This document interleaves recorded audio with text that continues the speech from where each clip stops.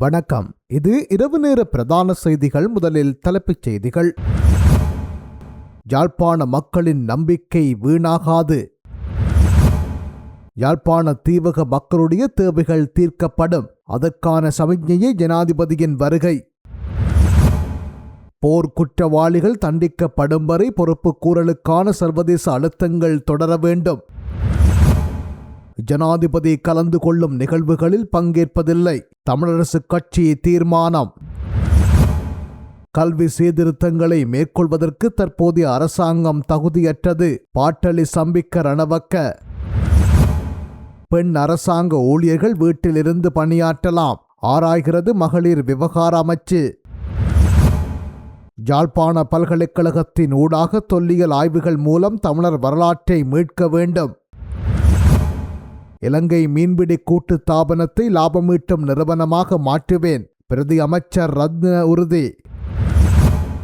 மாவை அண்ணருக்கும் தமிழரசு கட்சிக்கும் துரோகம் செய்துவிட்டார் சத்தியலிங்கம். முன்னாள் நாடாளுமன்ற உறுப்பினர் சிவமோகன் சாடல். தமிழக தலைவர்களை விமர்சிப்பதன் மூலம் தொண்டைகளை எங்களிடமிருந்து அந்நியப்படுத்துகின்றோம். சமகால அரசியல் அரங்கில் ஐங்கரநேசன் சுட்டிக்காட்டு. உறவுகளை அஞ்சலிக்க கோப்பாய் மாவீரர் துயிலும் இல்லத்தை விடுவிப்பதற்கு தீர்மானம் வேண்டும். தவிசாளர் தியாகராஜா நிரோஸ். ஜாலில் போதை ஒழிப்பு கூட்டத்திற்கு 70 பேருந்துகள். போக்குவரத்து சேவை பாதிப்பு. மக்கள் குற்றச்சாட்டு. தமிழரின் காணிகளை விடுவியுங்கள், ஜனாதிபதியிடம் நைனாதீவு விகாராதிபதி எடுத்துரைப்பு. பிரஜாசக்திக்கு எதிராக ஜாலில் ஆரம்பமாக உள்ள கையெழுத்து போராட்டம். தொடர்பான விரிவான செய்திகள். போர்க்குற்றவாளிகள் தண்டிக்கப்படும் வரை பொறுப்பு கூறுகளுக்கான அழுத்தத்தை மேலும் வலுவாக பிரயோகிப்பதற்குரிய நடவடிக்கைகளை சர்வதேச நாடுகளின் அரசாங்கங்கள் முன்னெடுக்க வேண்டும் என மனித உரிமைகள் கண்காணிப்பகம் வலியுறுத்தியுள்ளது. ஐக்கிய நாடுகள் மனித உரிமைகள் உயர்ஸ்தானிகர் அலுவலகத்தின் கீழ் இயங்கி வரும் இலங்கை தொடர்பான பொறுப்புக்கூறல் செயற்திட்டத்தினால் தயாரிக்கப்பட்டு வந்த இலங்கையின் மோதல்களின் போது இடம்பெற்ற பாலியல் வன்முறைகள் தொடர்பான பொறுப்புக்கூறல் பற்றிய நாங்கள் அனைத்தையும் இழந்துவிட்டோம், நீதி கிட்டும் என்ற நம்பிக்கையை கூட இழந்துவிட்டோம் எனும் தலைப்பிலான 30 பக்க விரிவான அறிக்கை கடந்த 13ஆம் தேதி வெளியிடப்பட்டது. இலங்கையில் ஆயுத மோதலின் போது அதன் பின்னரும் நிகழ்த்தப்பட்ட பாலியல் வன்முறைகள் வெறுமனே தற்செயலாக அங்கொன்றும் இங்கொன்றுமாக இடம்பெற்ற சம்பவங்கள் அல்ல எனவும், மாறாக அவை வேண்டுமென்றே பரந்துபட்ட ரீதியில் நிகழ்த்தப்பட்ட முறையாக கட்டமைக்கப்பட்ட வன்முறைகளின் ஓர் அங்கமாகும் எனவும் அவ்வறிக்கையில் சுட்டிக்காட்டப்பட்டுள்ளது. 2050ஆம் ஆண்டில் காபன் உமிழ்வை பூச்சியமாக்கும் அரசாங்கத்தின் திட்டத்திற்கு அமைய மன்னாரில் 50 மெகாவாட் மின் உற்பத்திக்கான காற்றாலை மின் திட்டத்துக்கு அடிக்கல் நாட்டியுள்ள ஜனாதிபதி அனுரகுமார திசாநாயக்க 20 மெகாவாட் மின் உற்பத்தி செய்யும் காற்றாலை மின் திட்டத்தை தேசிய மின் கட்டமைப்புடன் இணைத்து வைத்துள்ளார். தேசிய பொங்கல் விழாவுக்காக வடமாகாணத்துக்கு விஜயம் செய்த ஜனாதிபதி அனுரகுமார திசாநாயக்க நேற்று காலை மன்னார் மாவட்டத்துக்கு விஜயம் செய்து 20 மெகாவாட் கொள்ளளவை கொண்ட மன்னார் வின்ஸ்கேப் காற்றாலை மின் உற்பத்தி நிலையத்தை தேசிய மின் கட்டமைப்புடன் உத்தியோகபூர்வமாக இணைத்து வைத்தார். உள்நாட்டு நிறுவனம் ஒன்றினால் இந்த திட்டம் முழுமையாக செயல்படுத்தப்படுவதனால் வெளிநாட்டு ஒப்பந்தக்காரர்களுக்கு செல்லும் பாரிய வெளிநாட்டு செலாவணியை நாட்டுக்குள்ளேயே தக்க வைத்துக் கொள்ள முடிந்துள்ளதோடு இது உள்நாட்டு பொருளாதாரத்தை மேலும் வலுப்படுத்த பங்களிப்பு செய்கின்றது. தொடர்ந்து ஹெவன் லிமிடெட் நிறுவனத்தின் 50 மெகாவாட் கொள்ளளவுள்ள காற்றாலை மின் திட்டத்துக்கு அடிக்கல் நடும் நிகழ்விலும் கலந்து கொண்டு அடிக்கல் நாட்டினார். கெலிஸ்பெண்டன் மற்றும் கெலிஸ் குழுமத்தின் அங்கமான கெவின்மென் லிமிடெட்டின் நிறுவனத்தின் இலங்கை மின்சார சபையுடன் இணைந்து இந்த திட்டத்தை முன்னெடுத்துள்ளது. இந்த திட்டம் 18 மாதங்களுக்குள் நிறைவு செய்ய எதிர்பார்க்கப்படுகின்றது. யாழ்ப்பாணம் வேலணைக்கு ஜனாதிபதி அனுரகுமார திசாநாயக்க வருகை தந்துள்ள நிலையில் வேலணை மக்களின் துன்பங்கள் விரைவில் நீங்கும் என அமைச்சர் இனா சந்திரசேகர் கூறியுள்ளார். நேற்று வியாழக்கிழமை வேலணையில் இடம்பெற்ற தேசிய பொங்கல் விழாவில் கலந்து கொண்டு உரையாற்றும் போது மேற்கண்டவாறு கூறியுள்ளார். இதன்போது மேலும் அவர் கூறுகையில், தீவக பகுதிகளில் ஒன்றான வேலணையில் வாழும் மக்கள் பல்வேறு பிரச்சனைகளுக்கு முகங்கொடுத்து வருகின்றனர். எமது ஆட்சியில் தீவக அபிவிருத்தியில் அதிக முக்கிய கவனம் செலுத்தப்பட்டு பல்வேறு அபிவிருத்தி திட்டங்கள் இடம்பெற்று வருகின்றன. நாட்டில் அண்மையில் ஏற்பட்ட வெள்ள அனர்த்தம் அத்தனை விடயங்களையும் சிதறடிக்கும் வகையில் அரசு அதிகாரிகள் இரவு பகலாக எம்மோடு இணைந்து அனர்த்தத்தை வெற்றி கொள்வதற்கு அரும்பாடுபட்டார்கள். ஆகவே எமது அரசாங்கம் மக்களுக்கான அரசாங்கம், திருடர்களுக்கான அரசாங்கம் கிடையாது. மக்களுடன் இணைந்து பயணிக்கும் போது பலவற்றை சாதிப்போம் என அவர் மேலும் தெரிவித்தார். யாழ்ப்பாண மக்களின் எதிர்பார்ப்பையும் எமக்கு வழங்கிய நம்பிக்கையையும் ஒருபோதும் வீணடிக்க மாட்டோம் என்ற உத்தரவாதத்தை பொங்கல் நாளில் மக்களுக்கு வழங்குகிறேன் என கூறியுள்ள ஜனாதிபதி அனுரகுமார திசாநாயக்க, சகல இன மக்களும் கௌரவத்துடன் வாழக்கூடிய ஒரு நாட்டை நிச்சயமாக உருவாக்குவோம்.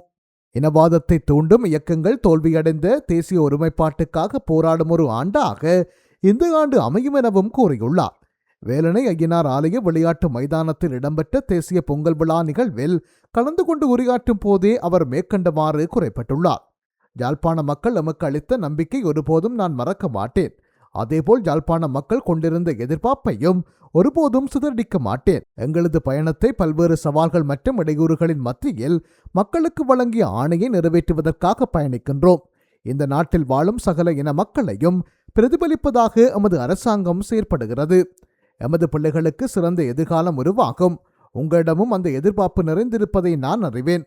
இருப்பதை விடவும் சிறப்பான வாழ்க்கை அமையும் என அவர் குறைப்பட்டுள்ளார். කොහේ ඉපදුනත් මොන භාෂාව කතා කරත් මොන ආගම ඇදහුවත් මොන සංස්කෘතික ජීවත් වුණත් මේ සෑම කෙනෙකුටම අපේ රටේ අභිමානවත් පුරවැසියෙක් ලෙස අයිතීන් සමග ජීවත් වීමේ වටපිටාව හැදීම තමයි අපගේ අපේක්ෂාව. கல்வி சீர்திருத்தங்கள் போன்ற பாரிய பணிகளை முன்னெடுப்பதற்கு தற்போதைய அரசாங்கம் தகுதியற்றது எனவும் அவர்கள் பேருந்து நிலையங்களுக்கு வர்ணம் பூசுதல் அல்லது சிறிய வீதிகளை புனரமைத்தல் போன்ற சிறிய வேலைகளையே செய்ய தகுதியானவர்கள் எனவும் ஐக்கிய குடியரசு முன்னணியின் தலைவர் பாட்டலி சம்பிக்க ரணவுக்கு தெரிவித்துள்ளார். கொழும்பில் நேற்று வியாழக்கிழமை நடைபெற்ற ஊடகவியலாளர் சந்திப்பொன்றில் கலந்து கொண்டு உரையாற்றும் போது அவர் இதனை தெரிவித்துள்ளார். கல்வி சீர்திருத்தங்களை நடைமுறைப்படுத்துவதை ஒத்திவைக்க ஜனாதிபதி தீர்மானித்துள்ளதாக குறிப்பிட்ட அவர், இந்த சீர்திருத்தங்கள் மற்றவர்களுடையது என்றும் அதனை தமது கொள்கை என அரசாங்கம் காட்டிக்கொள்ள முயன்றதாகவும் குற்றம் சாட்டினார். இக்கல்வி சீர்திருத்தம் ஆசிய அபிவிருத்தி வங்கியுடன் இணைந்த நீண்ட காலமாக திட்டமிடப்பட்டது என்றும் பிரதமர் கரணி அமரசூரியே இதனை தேசிய மக்கள் சக்தியின் கொள்கை என தவறாக குறிப்பிட்டதாகவும் அவர் சுட்டிக்காட்டினார். நாட்டுக்கு தேவையான மனிதாபிமானம் மிக்கவர்களை உருவாக்குவதற்கு பதிலாக வரும் வேலைவாய்ப்பு மட்டும் இலக்காக கொண்ட நபர்களை உருவாக்கினால் அவர்கள் நாட்டை விட்டு வெளியேறுவார்கள் என ரணவக்க மேலும் தெரிவித்துள்ளார். யாழ்ப்பாணத்தில் ஜனாதிபதி கலந்து கொள்ளும் நிகழ்வுகளில் கலந்து கொள்வதில்லை என தமிழரசு கட்சி தீர்மானித்துள்ளதாக கட்சியின் செயலாளர் ஜனாதிபதி சட்டத்தரணி எம்.ஏ. சுமந்திரன் கூறியுள்ளார். யாழில் நேற்று நடைபெற்ற ஊடக சந்திப்பின் போது அவர் இவ்வாறு தெரிவித்துள்ளார். யாழ்ப்பாணத்திற்கு இன்றைய தினம் விஜயம் மேற்கொண்டுள்ள ஜனாதிபதி பொங்கல் நிகழ்வுகளில் கலந்து கொள்கின்றார். அந்த நிகழ்வுகளில் கலந்து கொள்ளுமாறு இலங்கை தமிழரசு கட்சியினருக்கும் அழைப்பு விடுக்கப்பட்டுள்ளது. அந்த நிகழ்வுகளில் கலந்து கொள்வதில்லை என எமது கட்சி முடிவெடுத்துள்ளது. இதற்கு பிரதான காரணம் பிரஜாசக்தி எனும் பெயரில் அரச இயந்திரங்களுக்கு சமாந்தரமாக தமது கட்சியை சார்ந்தவர்களை கொண்டு ஒரு அமைப்பு உருவாக்கப்பட்டுள்ளது. இதுகுறித்து நாம் பல எதிர்ப்புகளை தெரிவித்துள்ளோம். உள்ளூராட்சி சபைகள் முன்னெடுக்க வேண்டிய வேலை திட்டங்களை திசை மாற்றி கொண்டுள்ளனர். குறிப்பாக வடக்கு மற்றும் கிழக்கில் தமக்கு உள்ளூராட்சி அதிகாரங்கள் கிடைக்காத இடங்களில் இத்தகைய செயற்பாட்டை முன்னெடுத்துள்ளனர். சட்ட ரீதியாக உள்ளூராட்சி சபைகள் முன்னெடுக்க வேண்டிய வேலைகளை வறுமை ஒழிப்பு எனும் பெயரில் நேரடியாக மத்திய அரசு செய்வதனை சட்ட ரீதியாக சவாலுக்குட்படுத்தவும் நடவடிக்கை எடுத்துள்ளோம். சுனாமி ஏற்பட்ட போது வடக்கு கிழக்கில் விடுதலை புலிகளுடன் இணைந்து நிவாரணப் பணிகளை முன்னெடுக்க அன்றைய ஜனாதிபதி சந்திரிகா குமாரதுங்க முயன்ற போது இதே ஜேவிபியினர் தான் உச்ச நீதிமன்றத்துக்கு சென்று அதற்கு எதிராக தடை உத்தரவை பெற்றனர். அவர்கள் பாவித்த அதே சட்ட கோட்பாட்டை உபயோகித்து அதனை நிறுத்த முயற்சி எடுப்போம். அதற்கு எதிர்ப்பு தெரிவிக்கும் முகமாக முதற்கட்டமாக ஜனாதிபதி கலந்து கொள்ளும் நிகழ்வை புறக்கணித்துள்ளோம் என அவர் குறிப்பிட்டுள்ளார். கல்வி சீர்திருத்தங்கள் தொடர்பில் துறைசார் அதிகாரிகளிடம் இப்போதுதான் கருத்துக்கள் கேட்கப்படுகின்றன. இதனை ஆரம்பத்திலேயே செய்திருக்க வேண்டும். ஜனாதிபதியுடன் இது குறித்து பேசிய போது குறைபாடுகள் மற்றும் மக்கள் மத்தியில் உள்ள சந்தேகங்களுடன் ஒரு திட்டத்தை செயல்படுத்துவதில் அர்த்தமில்லை என்பதை அவர் ஏற்றுக்கொண்டதாக இலங்கை ஆசிய சங்கத்தின் பொதுச் செயலாளர் ஜோசப் ஸ்டாலின் தெரிவித்துள்ளார். கொழும்பில் வியாழக்கிழமை நடைபெற்ற ஊடகவியலாளர் மாநாட்டிலேயே இதனை தெரிவித்துள்ளார். கல்வி சீர்திருத்தங்களை அடுத்த ஆண்டு வரை ஒத்திவைக்க அரசாங்கம் எடுத்துள்ள தீர்மானத்தை வரவேற்கின்றோம். ஏனெனில் எந்தவிதமான முறையான தயார் நிலையுமின்றி இந்த செயல்பாடுகள் ஆரம்பிக்கப்பட்டன. இது அவசர கதியில் செய்யப்பட்ட ஒரு முயற்சியாகும். இதனால் கல்வி முறையில் பெரும் குழப்பம் ஏற்படும் அபாயம் காணப்பட்டது. டிஜிட்டல் கல்வி என்று கூறப்பட்டாலும் மாணவர்களுக்கு தேவையான சாதனங்களோ அல்லது பாடசாலைகளில் ஸ்மார்ட் வகுப்பறைகளோ இன்னும் முழுமையாக உருவாக்கப்படவில்லை. உட்கட்டமைப்பு வசதிகளை ஆண்டின் நடுப்பகுதியில் தருவதாக அரசாங்கம் உறுதியளித்தது. ஆனால் வசதிகள் இல்லாமலே ஆண்டின் தொடக்கத்தில் சீர்திருத்தத்தை திணிப்பது மாணவர்களை பாதிக்கும் என அவர் குறிப்பிட்டுள்ளார். யாழ்ப்பாண பல்கலைக்கழகத்தின் சுதந்திரமான தொல்லியல் ஆய்வின் மூலம் தமிழ் வரலாற்றை மீட்டெடுக்க வேண்டுமென தமிழர் தாயக காணாமல் ஆக்கப்பட்ட உறவுகளின் சங்கம் தெரிவித்துள்ளது. தைப்பொங்கல் தினமான நேற்று வவுனியாவில் அவர்களால் முன்னெடுக்கப்பட்ட ஆர்ப்பாட்டத்தின் பின்னர் ஊடகங்களுக்கு கருத்து தெரிவிக்கும் போதே அவர்கள் இவ்வாறு தெரிவித்தனர். இந்த அறுவடை விழா நமது மக்களுக்கு வலிமையையும் ஒற்றுமையையும் கண்ணியத்தையும் நம்பிக்கையையும் கொண்டு வரட்டும். மேலும் உண்மை, நீதி மற்றும் தமிழர் வரலாறு மற்றும் நாகரிகத்தை பாதுகாப்பதற்கான நமது கூட்டு உறுதிப்பாட்டை புதுப்பிக்கட்டும்.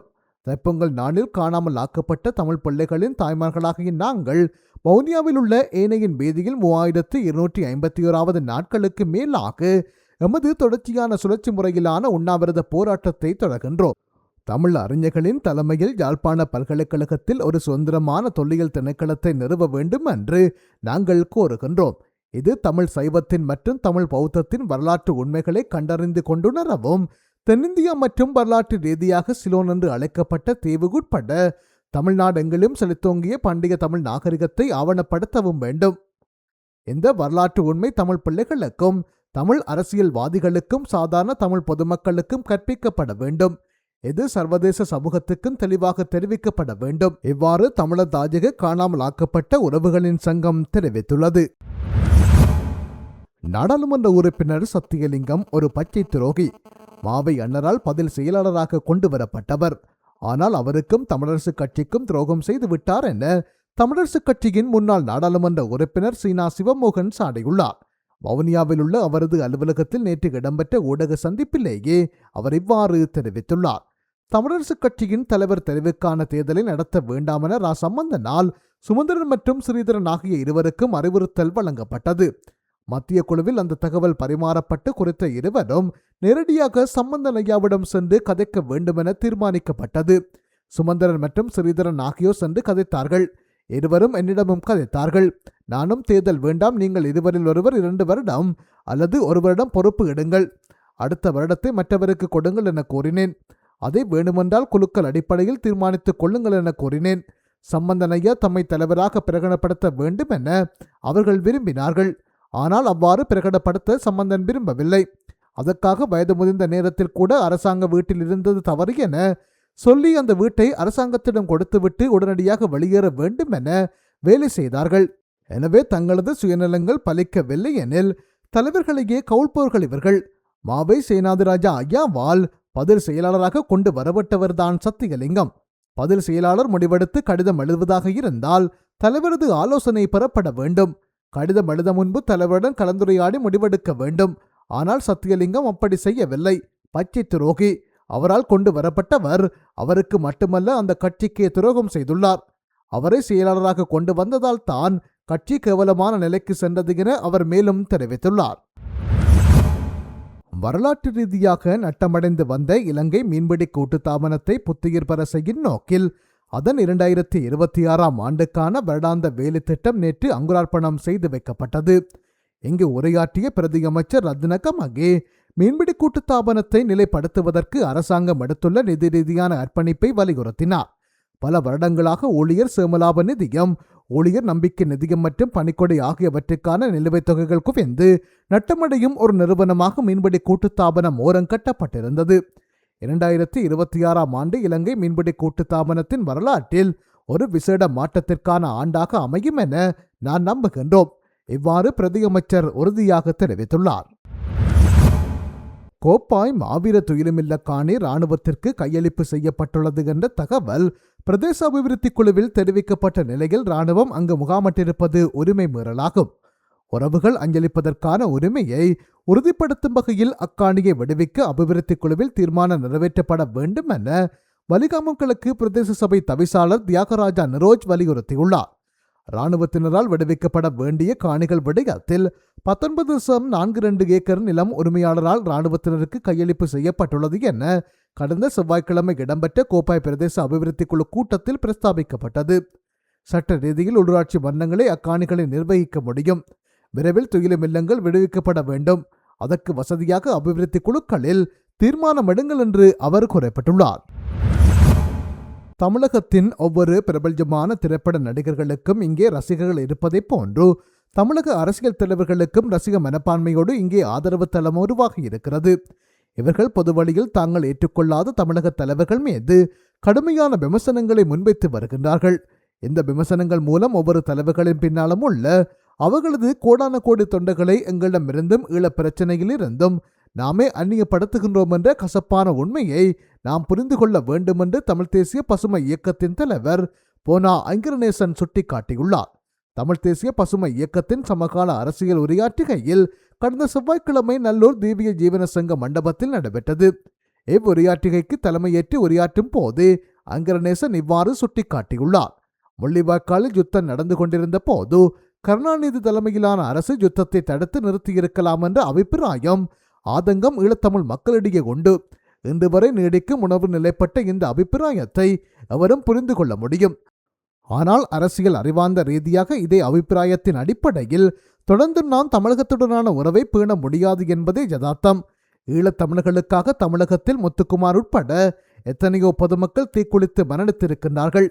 ஆனால் இன்று தமிழக அரசியல் தலைவர்கள் சிலர் ஈழப் பிரச்சினை தொடர்பாக பேசி வந்தாலும் தமிழக மக்கள் பொதுவாக ஈழத்தமிழர் அரசியல் பிரச்சனைகள் பற்றி அறிவதில் ஆர்வம் குன்றியவர்களாக இருக்கின்றார்கள். முள்ளிவாய்க்கால் யுத்தத்தின் பின்னர் எமது அரசியல் தலைவர்கள் தமிழ்நாட்டுடன் அரசியல் ரீதியான உறவை பேணாததே இதற்கான காரணம்.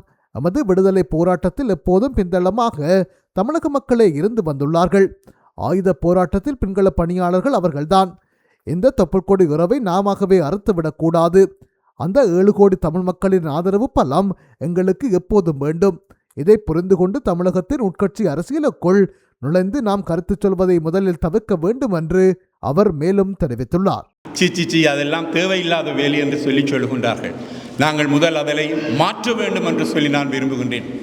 எங்களுடைய மக்கள் அறிவியல் ரீதியாக நீங்கள் பாடசாலையிலேயோ பல்கலைக்கழகங்களிலேயோ படித்து உங்களுடைய பட்டங்களை மேற்படித்துக் கொண்டு உங்களுடைய வேலைகளை பார்த்துக் கொள்ளுகின்றீர்கள். ஆனால் எந்த பெரிய படித்த மனிதர்களுக்கும் கூட அரசியல் ரீதியான விளக்கம் என்கின்றது ஏதோ தங்களுக்கு தேவையில்லாதது என்கின்றது மாதிரி அவர்கள் நினைக்கின்றார்கள். நான் என்னுடைய முகநூலில் போட்ட இந்த நிகழ்ச்சி தொடர்பான விளம்பரத்தில் அரசியல் அறியாமைதான் அறியாமைகளிலேயே மிகவும் மோசமானது என்ற பெர்டோல்ட் பிரெக்ட் என்கின்ற ஒரு ஜெர்மானிய இடதுசாரி நாடகாசிரியருடைய அவருடைய மேற்கோளை நான் அதில் போட்டிருந்தேன். பிரஜாசக்தி என்பது ஜேவிபி கட்சியை வளர்ப்பதற்காக உருவாக்கப்பட்டதே தவிர அது மக்களுக்கான திட்டம் கிடையாது எனவும் பிரஜாசக்திக்கு எதிராக தமது மாநகர வட்டாரத்தில் இருந்து கையெழுத்து வேட்டையை விரைவில் ஆரம்பிக்க உள்ளதாகவும் தமிழ் தேசிய கட்சியின் அமைப்பாளரும் யாழ் மாநகர சபை உறுப்பினருமான ஆனா நிசாந்தன் தெரிவித்துள்ளார். நேற்று யாழ்ப்பாணத்தில் நடைபெற்ற ஊடகவியலாளர் சந்திப்பிலேயே அவர் இதனை தெரிவித்துள்ளார். வறுமை ஒழிப்பு என்ற போர்வையில் பிரஜாசக்தி என்ற ஒரு திட்டத்தினை ஜேவிபி அரசாங்கம் ஆரம்பித்துள்ளது. அந்த பிரஜாசக்தியில் தமது கட்சியின் நேரடி உறுப்பினர்களை அல்லது விசுவாசிகளை ஒவ்வொரு உள்ளூராட்சி மன்ற வட்டாரங்களிலும் நியமித்துள்ளார்கள். எதிர்காலத்தில் நடைபெறவுள்ள மாகாண சபை மற்றும் வேறு தேர்தல்களை இலக்காக கொண்டும் கட்சியை வளர்ப்பதை நோக்காக கொண்டும் இந்த பிரஜாசக்தி ஆரம்பிக்கப்பட்டது. ஜேவிபியின் பொதுச் செயலாளர் ரில்வின் சில்வாவின் எண்ண கருவிலேயே இந்த பிரஜாசக்தி உருவாக்கப்பட்டது. ஆகையினால் இந்த பிரஜாசக்தி திட்டத்தினை நான் வன்மையாக எதிர்க்கின்றேன். பிரஜாசக்தி என்பது இந்த அரசையும் தாண்டி ஒருபடி மேலே வந்துள்ளது. அரசாங்கத்தின் பிரதேச செயலாளரின் கீழுள்ள கிராம சேவகர்களே இதுவரை அந்த கிராமத்தின் தேவைகளான வீடு, காணி, உணவு தேவை, வறுமை, வாழ்வாதாரம் போன்ற விடயங்களை அரசாங்கத்தின் உதவி மூலம் பெற்றுக் கொடுப்பார்கள். ஆனால் அதை மழுங்கடிக்கும் வகையில் பிரஜாசக்தி உருவாக்கப்பட்டுள்ளது. என்பிபி என்பதை தாண்டி ஜேவிபியானது இன்று வடக்கு கிழக்கில் மையம் கொண்டுள்ளது. ஜேவிபி தமது கட்டமைப்பை விரிவுபடுத்துவதன் அடிப்படையிலேயே இந்த பிரஜாசக்தி ஆரம்பிக்கப்பட்டது. விடுதலை புலிகளின் காலத்தில் சுனாமி ஏற்பட்ட பாதிப்புகளை சீர் செய்ய விடுதலை புலிகளின் தலைவர் வேலுப்பிள்ளை பிரபாகரனும் இலங்கையின் முன்னாள் ஜனாதிபதியான சந்திரிகாவும் இணைந்து ஒரு சுனாமி கட்டமைப்பை உருவாக்க பேச்சுவார்த்தைகளை நடாத்தி புரிந்துணர்வு ஒப்பந்தத்துக்கு தயாரானார்கள். இதன்போது இன்று ஆட்சி செய்கின்ற ஜேவிபியினர் அன்று உயர் நீதிமன்றத்தில் ஒரு வழக்கை தாக்கல் செய்திருந்தனர்.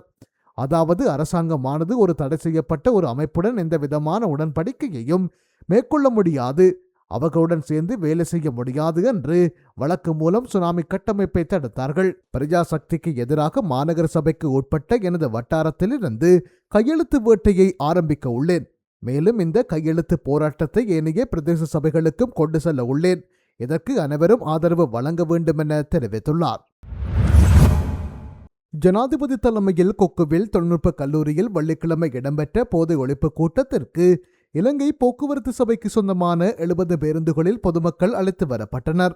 யாழில் ஜனாதிபதியின் போதை ஒழிப்பு தேசிய வேலை திட்டத்தின் ஒரு பகுதியாக முழுநாடுமே ஒன்றாக என்கின்ற தேசிய செயற்பாட்டை ஆரம்பிக்கும் முகமாக அகன்று செல் என்கின்ற தொனிப்பொருளில் யாழ்ப்பாணம் கொக்குவில் தொழில்நுட்ப கல்லூரியில் இடம்பெற்ற கூட்டத்துக்கே இவ்வாறு அழைத்து வரப்பட்டனர்.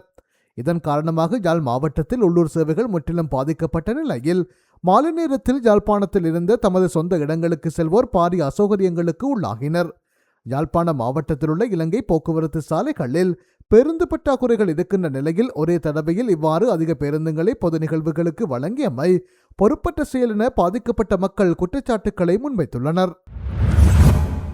இந்த அரசாங்கத்தின் காலத்திலேயே காணி விடுவிப்புகள் சாத்தியம் என்பதனால் காணிகளை விடுவிக்க வேண்டுமென ஜனாதிபதியிடம்தான் வலியுறுத்தியுள்ளதாக நாகதீப விகாராதிபதி தெரிவித்துள்ளார். நைனாதீவுக்கு நேற்று முன்தினம் விஜயம் மேற்கொண்ட ஜனாதிபதி தன்னை சந்தித்து கலந்துரையாடியமை தொடர்பில் ஊடகங்களுக்கு கருத்து தெரிவிக்கையிலேயே நாகதீப விகாராதிபதி மேற்கண்டவாறு தெரிவித்துள்ளார். தையிட்டு விகார பிரச்சினை தீர்க்கப்பட வேண்டும். அந்த விகாரையை சுற்றியுள்ள தனியார் காணிகளை அதன் உரிமையாளர்களிடம் மீள கையளிக்க வேண்டும். யுத்தத்தினால் பாதிக்கப்பட்ட மக்களின் காணிகளை அவர்களிடமே கையளிக்க வேண்டும். காணி கையளிப்புகள் இந்த அரசாங்கத்தின் காலத்திலேயே சாத்தியமாகும். எனவே உங்கள் காலத்திலேயே காணிகளை கையளியுங்கள் என ஜனாதிபதியிடம் கூறினேன் என அவர் தெரிவித்துள்ளார்.